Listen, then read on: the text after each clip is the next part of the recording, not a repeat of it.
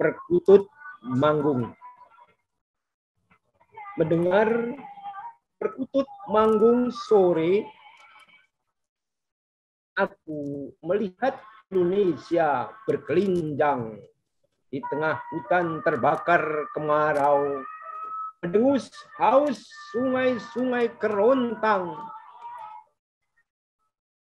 Perkutut melayang kehilangan sarang, terseok mengepak, membelah asap, air matanya jatuh, menancap mataku.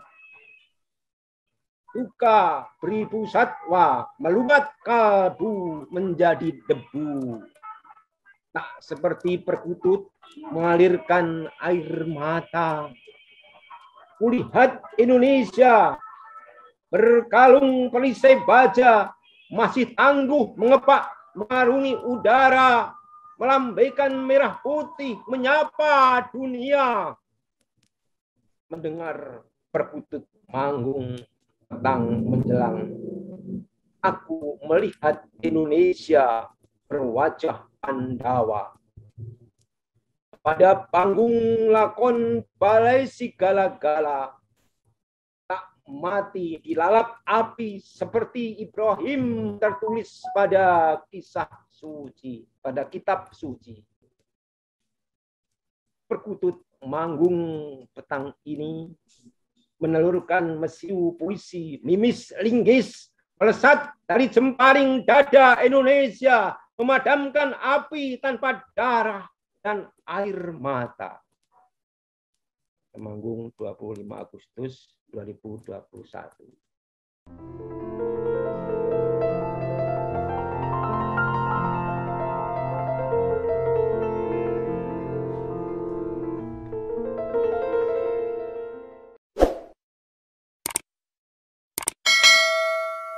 Kamu bilang hidup ini brengsek, aku bilang biarin.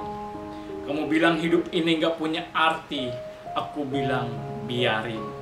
Kamu bilang aku gak punya kepribadian, aku bilang biarin.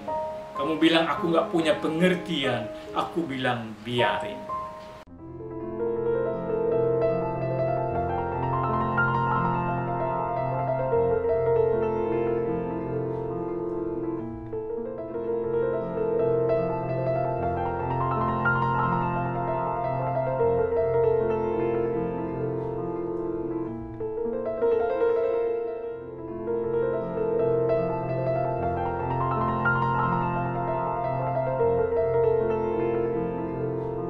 Assalamualaikum warahmatullahi wabarakatuh.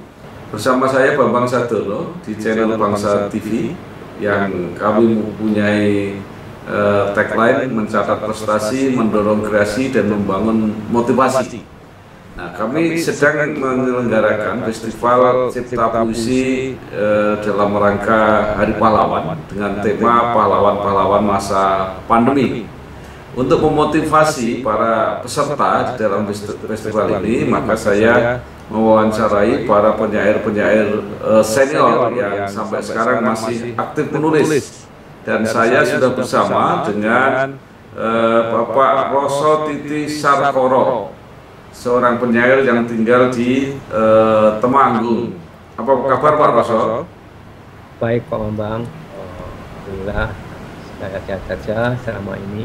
Tidak ada halangan melintang. Mudah-mudahan Pak Bambang dan keluarga serta teman-teman sastrawan, para pencinta sastra di Indonesia baik-baik juga. Alhamdulillah. Pak Roso sudah berapa lama menjadi penyair? Kalau dihitung-hitung itu sampai saat ini sudah berapa puisi yang dibuat? Dan sampai saat ini apakah masih menulis terus? Silakan Pak Roso. Ya. Saya mulai menulis puisi itu sebenarnya tahun 1979, tapi secara aktif itu ya tahun 80-an lah begitu Pak Bambang, sampai sekarang. Dulu saya menulis banyak genre seperti laporan kebudayaan, ada esai, ada cerpen, cerita anak-anak dan sebagainya.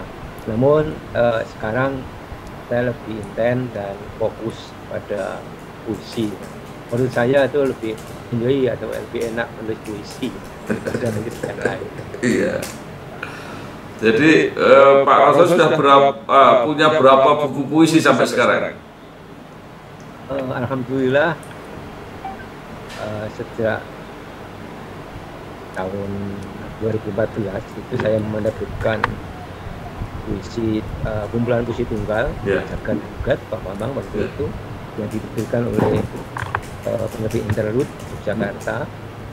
Kemudian sampai sekarang mengalir saja, dan tahun 2018 terbit lagi satu buku tunggal puisi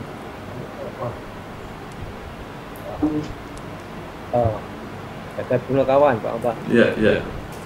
Ya, Jagat Punokawan diterbitkan oleh Raditya Temanggung.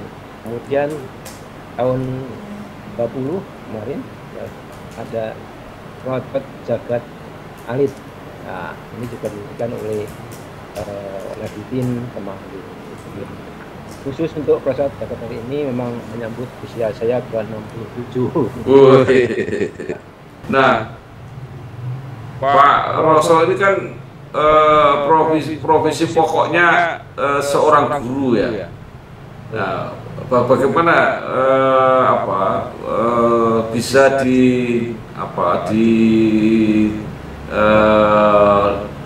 sambil lah ya, bisa artinya masih sempat punya waktu untuk menulis, terutama menulis puisi.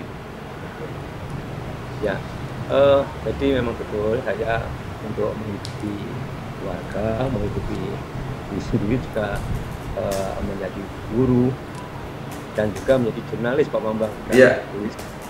Tapi untuk menafkahi jiwa, menafkahi badan itu saya perlu menulis puisi gitu. Jadi tidak cukup hanya guru, tidak tadi ya, itu kan untuk kepentingan ragawi, kepentingan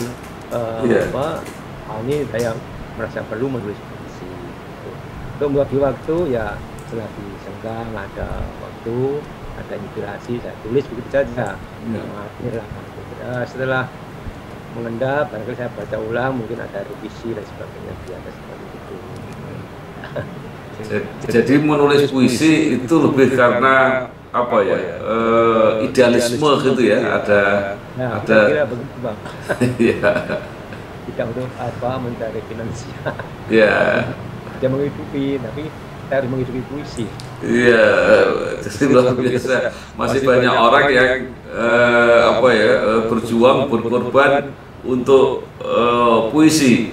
Dan kenapa pilihannya puisi, Pak? Apakah itu lebih mudah atau seperti apa untuk disosialisasikan ke orang banyak? Bukannya lebih mudah, Pak. Menulis puisi itu menurut saya ya gampang-gampang susah gitu. Dulu memang saya pernah belajar kerawitan, belajar menari. Memang dari keluarga kami kan juga dan Jawa dari seni karawitan. Namun pada akhirnya saya ketika pernah bertemu dengan teman-teman penyair, ini kemudian saya lebih condong ke puisi gitu. Walaupun juga pernah belajar teater, belajar melukis, namun akhirnya saya lebih memilih ke puisi. Ya. Kalau dilihat dari segi masyarakatnya, Pak, peminat puisinya, kan kelihatannya peminatnya kecil ya di masyarakat. Kira-kira begitu Pak.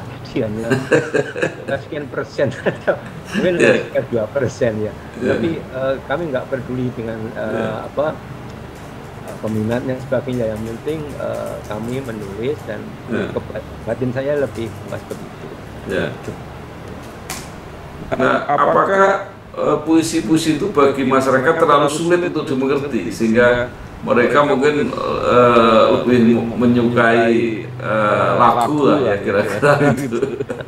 Saya pikir enggak begitu Pak, cuma barangkali karena kebiasaan saja. Jadi masyarakat Indonesia, mohon maaf, ini barangkali memang minat bacanya sangat rendah gitu, kira-kira dari berbagai penelitian katanya gitu.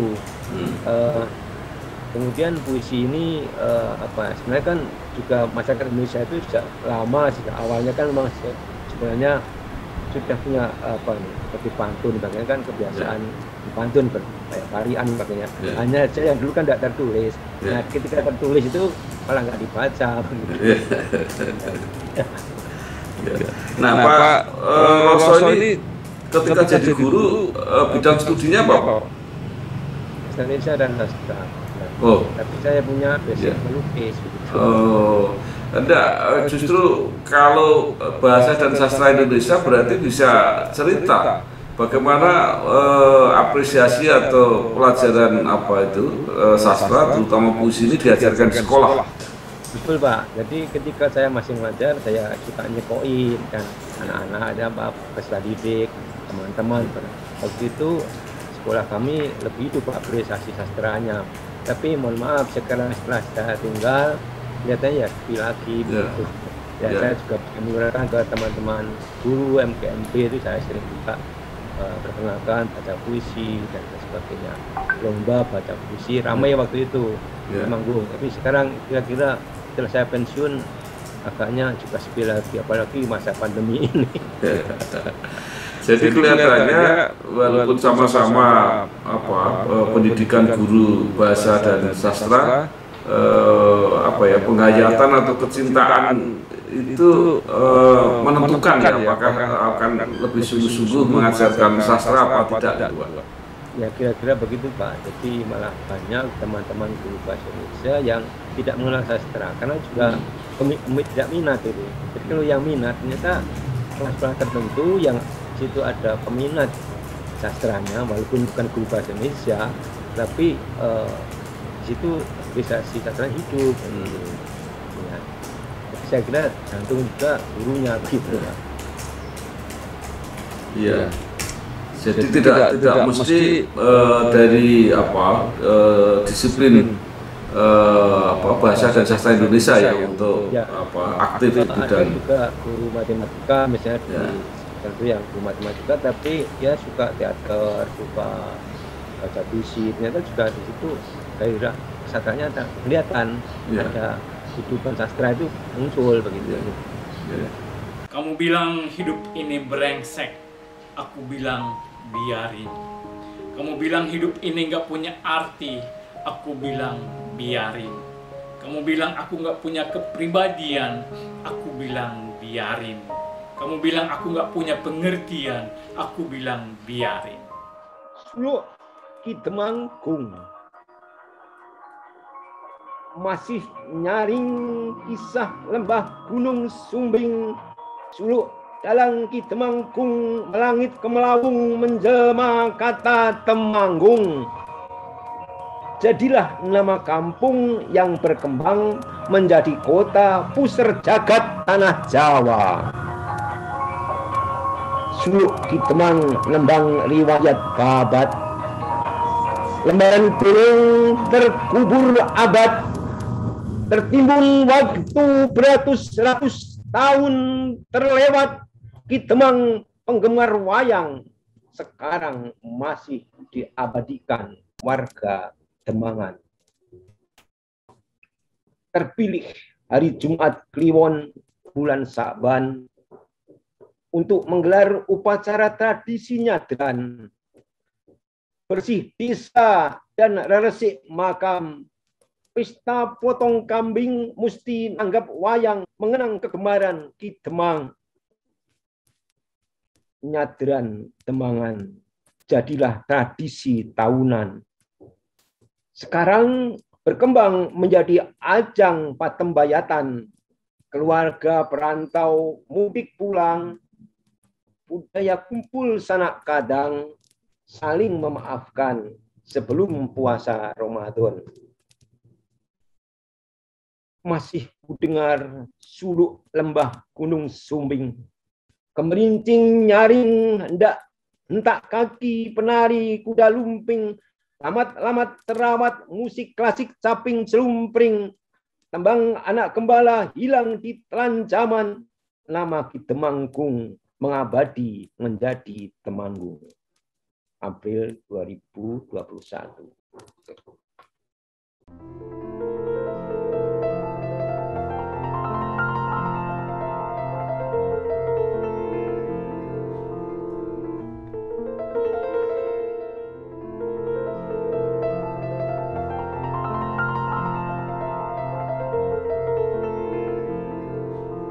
Nah, kalau di masyarakat kan sebenarnya sastra puisi ini sudah lama hidup ya. Orang-orang tua kita itu sering menasihati kan dengan sebenarnya dengan puisi-puisi bahasa Jawa yang dalam bentuk tembang-tembang itu mereka hafal sebenarnya. Nah, iya. Kemudian apa masalahnya dengan sastra modern ini, karya-karya modern ini? Kenapa tidak begitu termasyarakat gitu? Ya. Jadi memang kompleks sekali Pak permasalahannya.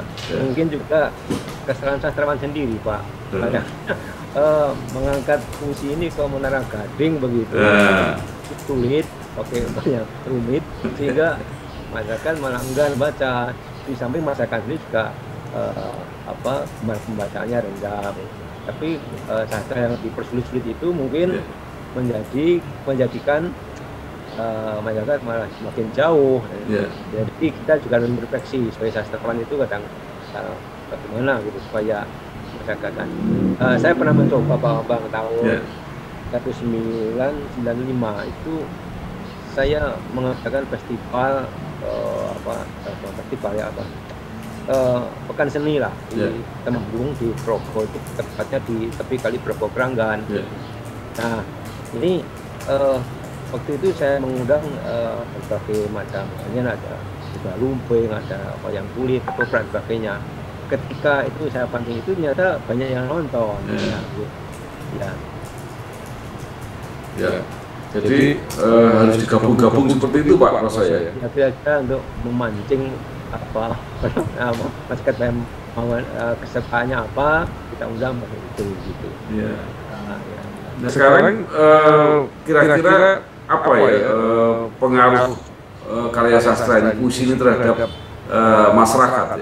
Kalau pada periode tertentu kan itu besar sekali ya.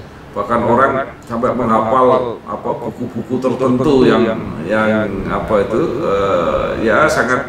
sangat berpengaruh lah gitu ya. Jadi karya-karya Ronggo Warsito itu kan banyak sekali dihafal orang sampai sekarang. Ya Pak. Jadi mungkin juga peran pemerintah Pak. Maaf, ini peran pemerintah juga kurang mendorong terhadap perkembangan sastra ini. Kami benar-benar merasakan itu. Dengan satu daerah tertentu, misalnya di Riau misalnya, karena daerahnya itu begitu memperhatikan sastra, di sana kan memang pakar sastra di sana ya, dan ternyata berkembang di sana, masyarakat dan nonton. Tapi di tempat lain, di tempat kita ini di Jawa Tengah kan juga, misalnya sastra itu seperti anak tidak beribu tidak berbapak, ini kira-kira begitu. Iya. Nah, sebenarnya kan sastra ya, terutama puisi itu kan pernah ya sangat berkesan di masyarakat itu, bahkan di dalam lintasan sejarah. Seperti orang misalnya mengenal Khairul Anwar gitu ya. Kemudian murid-murid sekolah mengenal Toto Sudarto Bahtiar misalnya kayak gitu. Itu kan ada Pak. Gimana bisa lahir karya-karya seperti itu? Kebetulan ketika Khairul Anwar muncul begitu, dulu kan tepat sekali. Kebetulan waktu itu kan masa perang kemerdekaan ya, kira-kira Bang ya. Nah, puisi Khairul Anwar ini kan memang menggigit sekali dengan tema-tema perjuangan, cocok sekali pada waktu menggerakkan semangat patriotisme bangsa. Bahkan di Gerbong Kereta Api katanya waktu itu juga dituliskan gitu, hidup atau mati. Itu juga puisi yang rendah itu yang puisi yang sederhana misalnya. Sebenarnya setiap periode itu hampir ditandai ya dengan puisi-puisi yang sangat populer, sangat terkenal. Jadi misalnya angkatan 66 ada Taufik Ismail ya, sajak penjual rambutan atau apa itu kan terkenal sekali itu.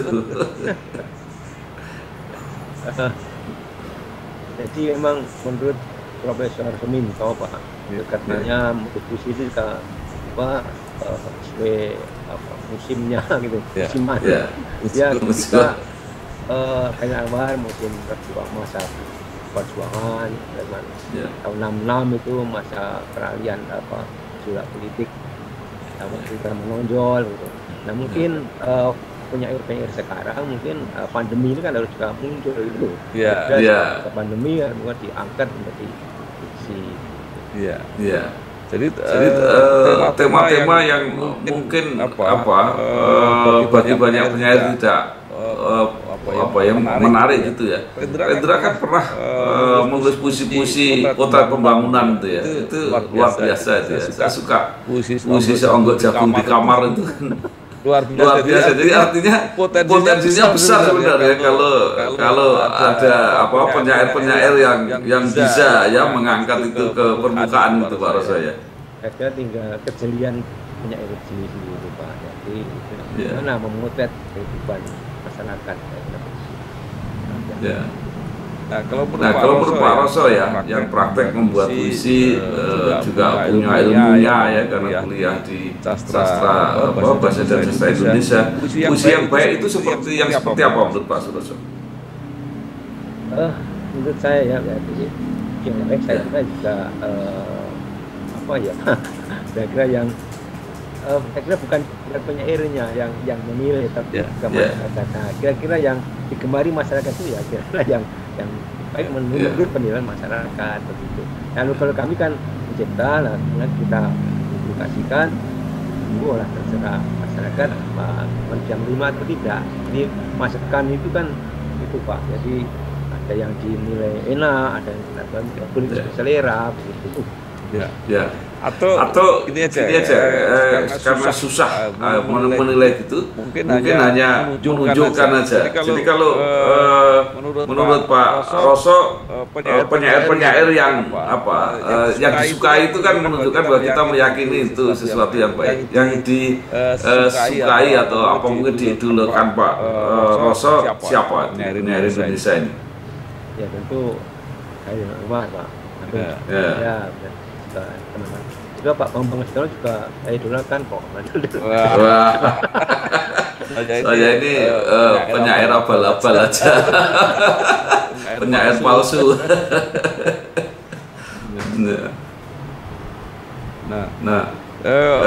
Kalau model puisi ya, ini kan ada model-model ya, ada model Sapardi itu hampir jenis dengan Gunawan, Rendra agak beda, Darmanto agak beda sedikit, kemudian juga ada Gusmus. Mana yang Pak Roso suka? Semuanya suka Pak, cuma jadi kan nggak terlalu antara satu. Pun Khairil Anwar kita tetap menjadi Indonesia yang tak tergoyahkan menurut saya. Jadi bisa di apa Pak? Diuraikan gitu ya supaya yang penyair muda ini bisa keistimewaan Khairil Anwar itu menurut Pak Roso. Mohon maaf untuk saya kira ini lebih untuk teman-teman yang baru ingin menulis puisi. Saya kira yang Khairil Anwar itu kan kuat pada diksi atau pilihan kata-katanya, jadi tidak asal gitu. Jadi meskipun dia mengangkat memotret masyarakat kehidupan pada masa itu, namun pilihan katanya walaupun sederhana kita mengenal gitu. Jadi kata-kata yang sederhana tidak muluk-muluk, namun lebih selektif, tidak asal. Dan puisi itu kan pemadatan kata begitu. Iya. Pak Roso merasa nggak puisi-puisi yang kuat itu puisi-puisi yang punya konteks? Jadi tadi karena aku itu kan punya konteks zaman perjuangan itu ya, jadi ya akhirnya dia monumental sebagai itu gitu ya. Kemudian ada puisi-puisi Taufik Ismail misalnya juga karena ada konteks. Jadi konteks masyarakat dan budaya lingkungan itu menjadikan puisi menjadi kuat gitu. Iya, Pak. Ya, saya kira begitu. Jadi karena sastra atau puisi itu adalah memotret zamannya, saya kira juga konteks itu penting. Jadi saya kira aktualisasi itu menulis, walaupun puisi ini tidak sama dengan berita, jadi aktualisasi atau sesuai konteksnya itu saya kira penting. Iya.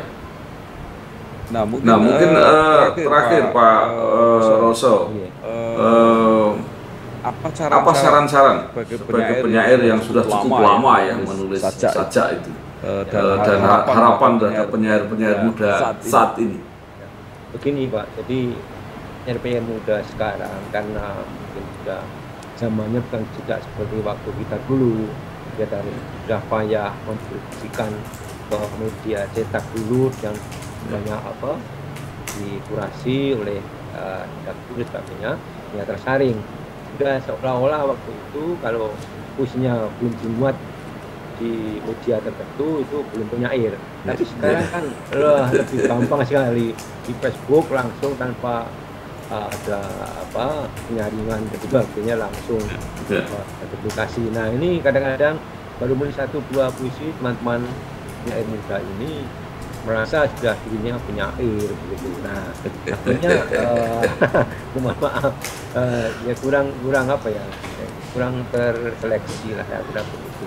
Nah untuk menjadi penyair yang saya kira juga perlu intensitas tinggi untuk semangat menulis, dan di samping juga tidak bosan-bosan, tidak patah semangat, harus secara ulet, secara terus menerus menulis walaupun seperti apa puisinya, tapi ketika nanti sudah revisi dan dibaca ulang, nah barulah dipublikasikan. Saya kira begitu. Jadi sekarang kan banyak orang menulis puisi asal-asalan yang dipublikasi di medsos begitu. Puisi dibuat sendiri, distribusikan sendiri, dibaca sendiri gitu ya kira-kira. Nah ini Pak, saya punya pengalaman. Kan sekarang ini saya sebagai rumah dalam menulis puisi ini. Kalau mungkin saya tidak menulis, itu mungkin tidak seperti sekarang Pak. Ketika pensiun menjadi guru itu ya sudah habis lah, tidak ada gunanya. Tapi ketika saya sekarang menulis, ya, kira-kira masih biasa bicara Pak Bambang seperti ini, dengan orang begitu kan Pak ya, diundang juri, narasumber dan sebagainya. Nah ini kemudian oleh Dinas Pendidikan Temanggung, ini akhir-akhir ini saya ditunjuk, salah satunya saya, teman untuk menjadi editor karena saya guru. Ketika itu saya beri saran sedikit, kritik sedikit begitu, pastinya untuk supaya ke depannya itu dia menulis lebih baik gitu. Tapi malah mencak marah-marah. Nah ini yang kritik gitu, jadi alergi kritik gitu kira-kira. Ini bedanya yang kami dulu. Baik. Terima kasih Pak Roso Titi Sarkoro, penyair yang sudah cukup lama berkarya, sampai sekarang masih menulis, tinggal di Temanggung, pernah menjadi guru. Nah, silakan sekarang kalau ingin membacakan karya-karya puisinya. Silakan Pak. Saya akan baca ini Pak. Jadi di Gunung Sumbing itu ada, konon di sana ada makam kemudian orang Temanggung, yaitu Ki Ageng Mangkubuan gitu. Yang konon juga ini makamnya dulu pernah jenazahnya untuk rebutan, lalu akhirnya dibawa ke puncak oleh para santri begitu. Kuburan langit berpayung batu. Jangan ada burung baja mencoba melintas puncak bibir Gunung Sumbing kalau tak ingin mati terbanting menjadi puing. berbaris, batu tebing meruncing, memagar gigir, tegak tak bergeming, bermata lang tak memiting. Dengar bising mesin memekak, puncak sumbing mendadak sontak bertindak, kapak mendepak tiada tampak, taring-taring batu runcing mengeletak, tulang daging sering terjadi pesawat melintas jatuh berkeping. Betis kanan sumbing tumbuh pohon walitis. Tongkat kayu menancap tumbuh daun beratus tahun, pernah menjadi tempat berlindung laskar gerilya, tanpa sembunyi lenyap tak kasat mata, terserdadu lawan, kehilangan jejak mati di bogam pilu. Puncak bertaring kapak, meruncing tombak, menjaga Ki Ageng Kiai Sakti terbaring tidur abadi, tak tersurat meninggalkan wasiat ipat-ipat. Jasad tak sudi dilangkai bangsat kaki tangan asing, sampai kubur pun tak mau dilintasi suara bising. Ki Ageng Makukuhan Guru Makrifat, jasadnya sempat jadi rebutan orang Kedu. Kata hikayat, mayat diusung ke puncak sumbing, digotong para santri, kekal istirahat di tengah kawah, kuburan langit di atas awan berpayung batu. Terima kasih. Iya. Luar biasa. Terima kasih sekali Pak Roso Titi Sarkoro ya. Pak, banyak yang keterintut tadi. Ya, mudah-mudahan masih terus berkarya, dan karyanya itu kan merupakan tanda itu, konteks kewilayahannya sangat kuat sekali. Jadi mungkin orang yang suka akan terkesan terhadap puisi-puisi Pak Roso Titi Sarkoro.